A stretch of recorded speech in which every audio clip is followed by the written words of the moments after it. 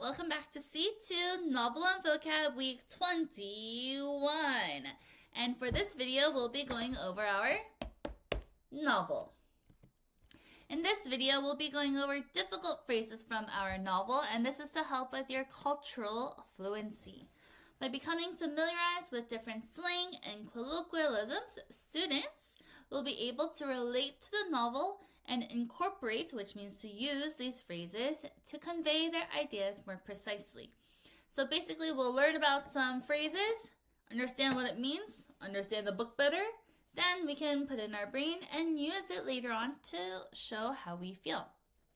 In this video, we'll be going over the one and only Ivan, and we'll be going over the third part, which are chapters Once Upon a Time to Going Nowhere. So let's get started. Everyone, please get your book and turn to page 123. 123. It is for the chapter The Grunts, and we're going to start from the very top. Ready? It says, I was born in a place humans call Central Africa, in a dense rainforest, so beautiful, no crayons could ever do it justice.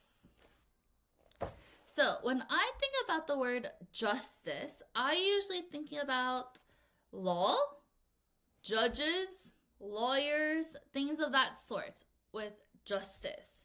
But what does it mean here where it says, do it justice? This phrase means that something is so amazing or beautiful that a description or picture cannot show how great it truly is. Ivan is saying that the rainforest is so stunning that even crayons, which create colorful and vivid pictures, cannot fully capture its beauty. So, it shows that Ivan's deep appreciation for his home and how unique and irreplaceable it was. For example, when can you use do it justice or could never do it justice? If you visit a famous place like the Grand Canyon and take pictures, you might say, these pictures don't do it justice, meaning that the place is much more beautiful in real life. Or say that I was taking a picture of you, and then I say, 1, 2, 3, cheese, and I take a picture, and I show it to you. I said, this picture does not do you justice. You look so much better in real life. The camera is unable to capture all of your beauty and cuteness. So, do it justice. And let's look at this video here. Here, a little boy is chasing after a taller boy. Chase, chase, chase, chase, chase. And we call this game in America tag. And tag, right there. And then the next person is it. So then it would be the older boy, the taller boy's turn to chase after the shorter one. That's what we call tag. I don't know the Korean name of the game, but hopefully it's come up in your head. So now let's read the rest of page 123. I'm going to keep going from where I stopped, so I'll be at the second stanza where it says gorillas. Everybody there? It says, gorillas don't name their newborns right away, the way humans do. We get to know our babies first. We wait to see hints of what might yet be. When I saw how much she loved to chase me around the forest, my parents decided on my twin sister's name, Tag. Oh, how I loved to play tag with my sister. So tag here, the reason why the sister's name is Tag is because of this game. So tag is a game where one person runs after others and tries to touch them or tag them. And when the person touches someone, then that person becomes it and chases others. So here, Ivan's parents named his twin sister Tag because she enjoyed running and playing this game in the forest. So the name here, Tag, reflects her playful and energetic personality. So many children play tag at school or in parks, and it's a popular game in many countries, including Korea. And I just remembered the name for Korean. So tag in Korean, I'm sorry, I'm about to speak Korean. If you don't want to listen, then cover your ears. Tag in Korean is 술래잡기. Tag. How's my Korean pronunciation? Good? I've been practicing. Let's go to page 142. 142. If I get to the page too quickly, go ahead and you can pause, okay? I'm going to start from the third big stanza where it says when. When I saw my new domain, I was thrilled. And who wouldn't have been? It had no furniture to break, no glasses to smash, no toilets to drop Mac's keys into. It even had a tire swing. I was so relieved to have my own place. Somehow, I didn't realize I'd be here quite so long. Now I drink Pepsi, eat old apples, watch reruns on TV. But what does it mean here, watch reruns on TV? Is my TV running away like this one over here is? That looks kind of broken? What is a rerun on TV? Reruns are TV shows or episodes that are shown again and again and again, even after they've been aired before. So the same content of the video or the TV show is repeated over and over again for viewers. The word rerun combines re meaning again and run meaning to broadcast or show. So this isn't here like to run like we're just playing tag again. So together, rerun means to show again. This shows that Ivan's life has become repetitive and boring. Watching reruns means there isn't anything new or exciting happening to him. So when can we use this? If you missed an episode of a popular TV show, you might be able to catch it later during a rerun. So I know that some TV channels in Korea also show reruns, and it shows like old dramas and old TV shows maybe that you've already seen before. Usually we had a lot of these in America where they just show it over and over again during the time that children are at school. So to watch reruns. So it's not to run again, but it means to rerun as in to broadcast again, to show again on TV. Let's go to page 154. Look at this man sleeping. Page 154. I'm going to start from the very beginning of the chapter where it says, Poor Mac. Mac groans. He stumbles to his feet and hobbles off toward his office. Ruby watches him leave. I can't read her expression. Is she afraid, relieved, proud? When Mac is gone, George and Julia lead Ruby from the ring. It's okay, baby. It's okay, Julia says, stroking Ruby's head. They settle Ruby in her domain and make sure she has fresh water and food. Before long, Ruby's dozing. So here I want to go over two where it says before long and dozing if you didn't know the word. First, let's go over before long. This phrase means very soon or in a short amount of time. So Ivan is saying that Ruby starts to sleep very quickly.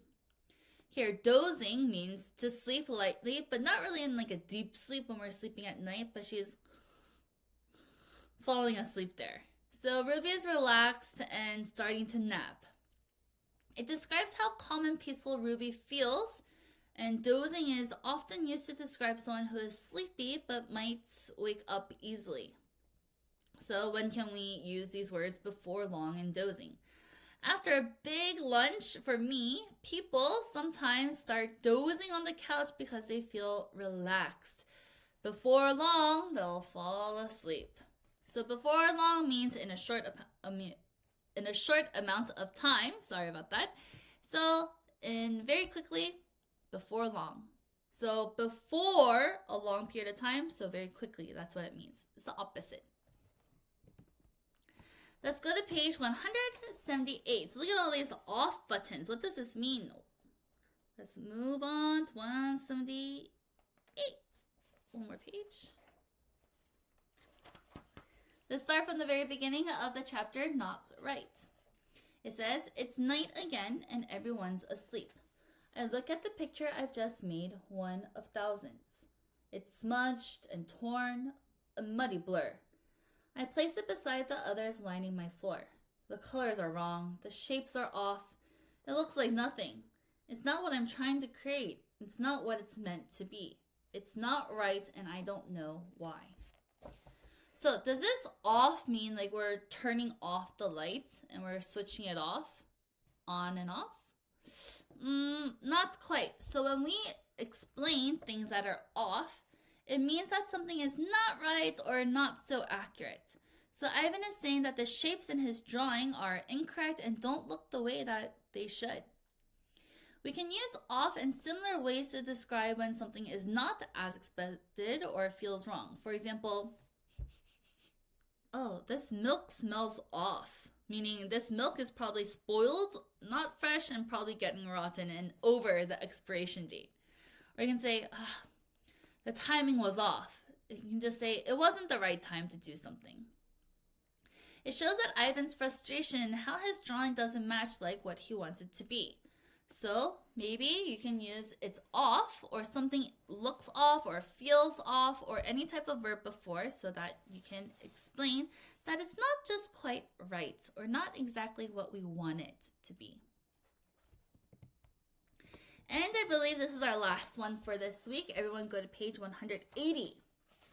And I'll start from the beginning of the chapter, Going Nowhere.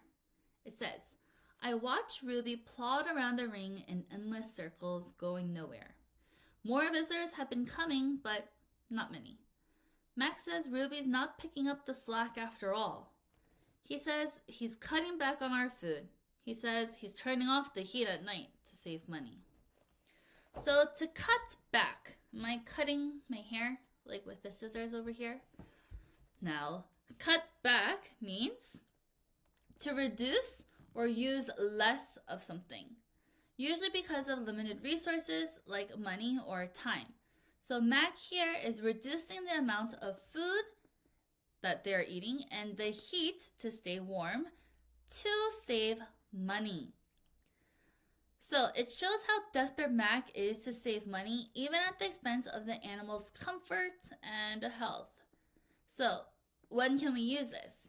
If a family wants to save money, they might say, we need to cut back on eating out, you guys. We stop eating at restaurants and we have to eat at home. We need to cut it back. Okay? Or you can say, students, I need you to cut back on your talking and laughter. It's time to work. Meaning, stop talking and do your work. Cut back. Cut back. And now it is time for our mission. Our question this week is, what was Ivan's real name before Mac called him Ivan? And why did his parents call him that name? Remember to write your name, class, and week. And I hope to see lots of missions. It's nearing the end of the year, and we have a few people who have been doing a lot of missions, but only one will be the winner of the grand prize. Okay? So now it is time to review and self-study, and this is for contextual mastery. So please make sure that you review all the phrases again. Why don't you try to be like me and read it out loud and make a little YouTube video too. Reread the novel where these phrases came from to fully understand, and then complete your novel homework. And I know that the sections for this book feel like it's long, but we're almost there. You can do it, okay? So thank you again for joining me today, and I will see you guys next week.